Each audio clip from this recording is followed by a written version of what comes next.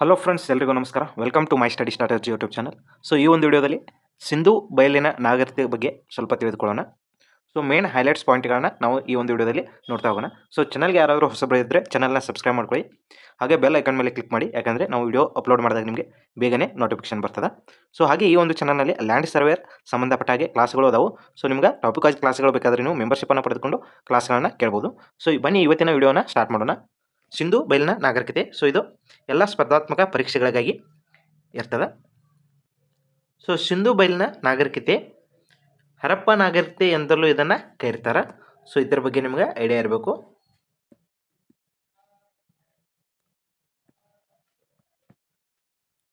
ಸಿಂಧು ಬಯಲಿನ ನಾಗರಿಕತೆ ಕಂಚಿನ ಯುಗದ ನಗರ ಸಂಸ್ಕೃತಿಯಾಗಿದೆ. ಸೊ ಇದೊಂದು ಕಂಚಿನ ಯುಗದ ನಗರ ಸಂಸ್ಕೃತಿಯಾಗಿದೆ.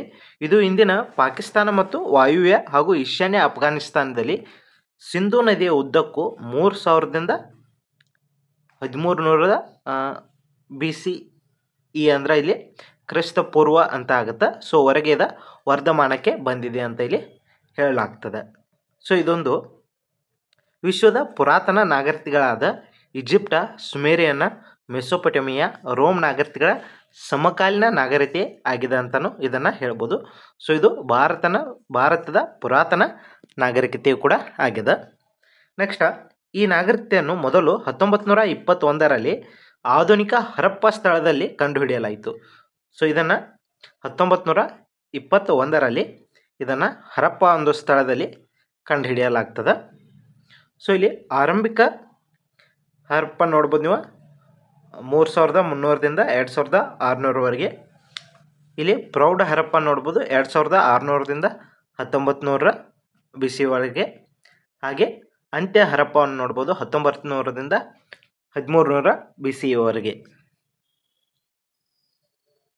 ನೆಕ್ಸ್ಟು ಸಿಂಧು ಬಯಲಿನ ನಾಗರಿಕತೆಯ ಉತ್ಖನಗಳ ಬಗ್ಗೆ ಇಲ್ಲಿ ನೋಡೋಣ. 1856ರಲ್ಲಿ ಲಾಹೋರ್ನಿಂದ ಕರಾಚಿಗೆ ಏನೈತಿ ರೈಲ್ವೆ ಮಾರ್ಗವನ್ನು ಹಾಕುವಾಗ ಬ್ರಿಟಿನ್ ಇಂಜಿನಿಯರ್ ಒಬ್ಬ ಏನೈತಿ ಸೊ ವಿಲಿಯಮ್ ಬ್ರೌನ್ಲೋ ಹಾಗೂ ಜಾನ್ ಬ್ರನ್ಲೋ ಕೆಲವು ವಸ್ತುಗಳು ಈ ಒಂದು ಜಾಗದಾಗ ಅವರಿಗೆ ದೊರೆತವ. ಸೊ ರೈಲ್ವೆ ಮಾರ್ಗವನ್ನು ಹಾಕುವಾಗ ಅವರಿಗೆ ಕೆಲವೊಂದು ಆಧುನಿಕ ಪಳುವಳಿಕೆಗಳು ಇಲ್ಲಿ ಅವರಿಗೆ ಉತ್ಖನಗಳು ದೊರೆತವ. ಸೊ ಅದರ ಮೇಲೆ ಏನೈತಿ 1861ರಲ್ಲಿ ಭಾರತದ ಪುರಾತತ್ವ ಇಲಾಖೆಯನ್ನು ಕೂಡ ಅವರ ಸ್ಥಾಪನೆಯನ್ನು ಮಾಡ್ತಾರೆ. ಸೊ ಅದರ ಮೊದಲ ನಿರ್ದೇಶಕನಾಗಿ ಏನೈತಿ ಅಲೆಕ್ಸಾಂಡರ್ ಕನ್ನಿಂಗ್ಹ್ಯಾಮ್ ಅವರು ಇವರು ನಿಯೋಜನೆಗೊಳ್ತಾರೆ. ನೆಕ್ಸ್ಟ್ 1862ರಲ್ಲಿ ಏನೈತಿ ಜನರಲ್ ಕನ್ನಿಂಗ್ಹ್ಯಾಮ್ ಈ ನಾಗರಿಕತೆಗೆ ಸಂಬಂಧಿಸಿದ ಕೆಲವು ಮುದ್ರೆಗಳನ್ನ ಕಂಡುಹಿಡಿತಾನು. ನಂತರ ಆದರೆ ಇದರ ಸಂಶೋಧನೆಯನ್ನು ಮುಂದುವರಿಸಲು ಅವರಿಗೆ ಆಗಲಿಲ್ಲ. ಯಾಕಂದ್ರೆ ಈಸ್ಟ್ ಇಂಡಿಯಾ ಕಂಪ್ನಿ ಕಡೆಯಿಂದ ಯಾವುದೇ ರೀತಿಯ ಧನ ಸಹಾಯ ಏನೈತಿ ಅವರಿಗೆ ಬರಲಿಲ್ಲ. ಹಾಗಾಗಿ ಏನೈತಿ ಈ ಇಲಾಖೆ ಏನೈತಿ 1888ರಲ್ಲಿ ಏನೈತಿ ಇದನ್ನು ರದ್ದುಗೊಳ್ತದೆ. ನೆಕ್ಸ್ಟ್ 1904ರಲ್ಲಿ ವೈಸ್ರಾಯ ಲಾರ್ಡ್ ಕರ್ಜನ್ ಭಾರತೀಯ ಪುರಾತತ್ವ ಇಲಾಖೆಯನ್ನು ಪುನಃ ಸ್ಥಾಪಿಸ್ತಾನು. ಯಾವಾಗ 1904ರಾಗ ಲಾರ್ಡ್ ಕರ್ಜನ್ ಅನ್ನೋ ಇದನ್ನು ಮರಳಿ ಸ್ಥಾಪನೆ ಮಾಡ್ತಾನು. ನೆಕ್ಸ್ಟ್ ಇದರ ನಿರ್ದೇಶಕರಾಗಿ ಯಾರು ಬರ್ತಾರೆ ಅಂದರೆ ಸರ್ ಜಾನ್ ಮಾರ್ಷಲ್ ಅನ್ನೋರು ಇದರ ನಿರ್ದೇಶಕರಾಗಿ ನೇಮಿಸಲಾಗ್ತದೆ. ನೆಕ್ಸ್ಟ್ ಇದಕ್ಕೆ ಧನ ಸಹಾಯ ಕೂಡ ನಂತರ ಇವರು ಮಾಡ್ತಾರೋ. ಅಲೆಕ್ಸಾಂಡರ್ ಕನ್ನಿಂಗ್ಹ್ಯಾಮ್ ಅವರನ್ನು ಭಾರತೀಯ ಪುರಾತತ್ವ ಇಲಾಖೆಯ ಪಿತಾಮಹ ಅಂತ ಇಲ್ಲಿ ಕರೆಯಲಾಗ್ತದೆ. ಸೊ ಇಲ್ಲಿ ಅಲೆಕ್ಸಾಂಡರ್ ಕನ್ನಿಂಗ್ಹ್ಯಾಮ್ನ ನೋಡ್ಬೋದು ನೀವು. ಸೊ ಭಾರತೀಯ ಪುರಾತತ್ವ ಇಲಾಖೆಯ ಪಿತಾಮಹ ಇವರು ಆಗಿರ್ತಾರೆ. ಸೊ ಇಲ್ಲಿ ಅವರ ಫೋಟೋ ಅದ ಇಲ್ಲಿ ನೋಡ್ಬೋದು ನೀವು.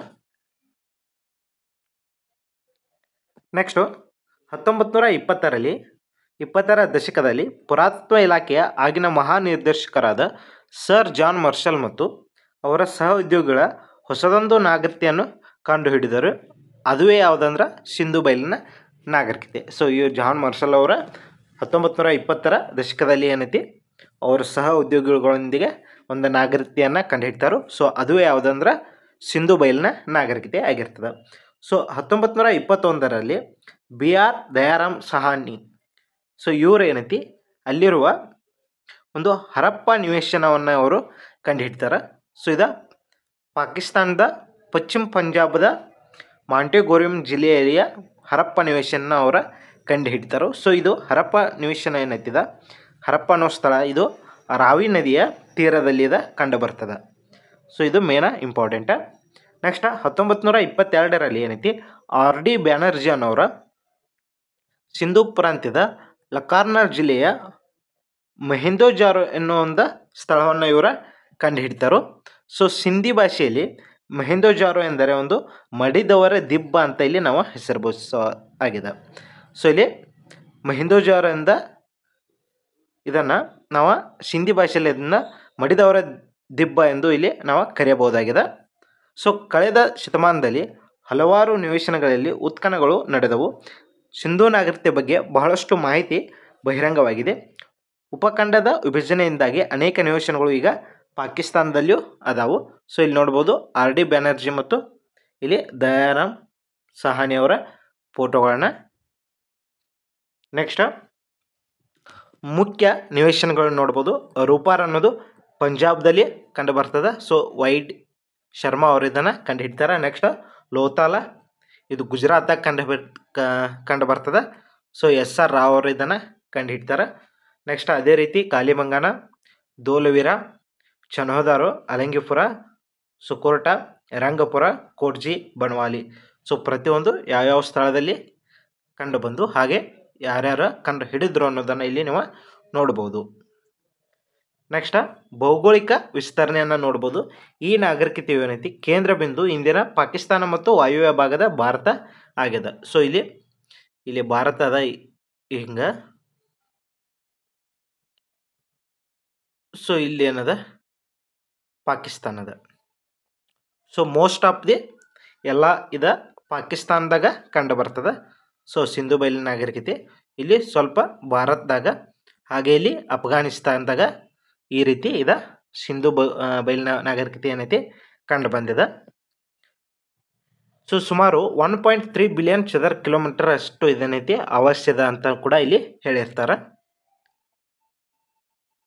ಸೊ ಇಲ್ಲಿ ಇಂಡಿಯಾದಲ್ಲಿರುವ ಸಿಂಧು ನಾಗರಿಕತೆ ಏನೈತಿ ಇಲ್ಲಿ ಸ್ಥಳಗಳನ್ನ ನೀವು ನೋಡ್ಬೋದು ಪ್ರತಿಯೊಂದು. ಸೊ ಅತಿ ಉತ್ತರಕ್ಕೆ ಯಾವುದೈತೆ ಅಂದರೆ ಇಲ್ಲಿ ಜಮ್ಮು ಕಾಶ್ಮೀರದ ಮಾಂಡ್ ಅನ್ನೋ ಒಂದು ಸ್ಥಳ ಕಂಡು ಬಂದದ. ಸೊ ಅತಿ ಕೆಳಗಡೆ ಅಂದರೆ ಇಲ್ಲಿ ಮಹಾರಾಷ್ಟ್ರದಾಗ ದೈಮಾಬಾದ್ ಅನ್ನೋದೊಂದು ಇಲ್ಲಿ ಸ್ಥಳ ಏನೈತಿ ಸಿಂಧು ಬಯಲು ನಾಗರಿಕತೆಗೆ ಸಂಬಂಧಪಟ್ಟ ಹಾಗೆ ಒಂದು ಸ್ಥಳ ಇಲ್ಲಿ ಕಂಡು ಬಂದದ.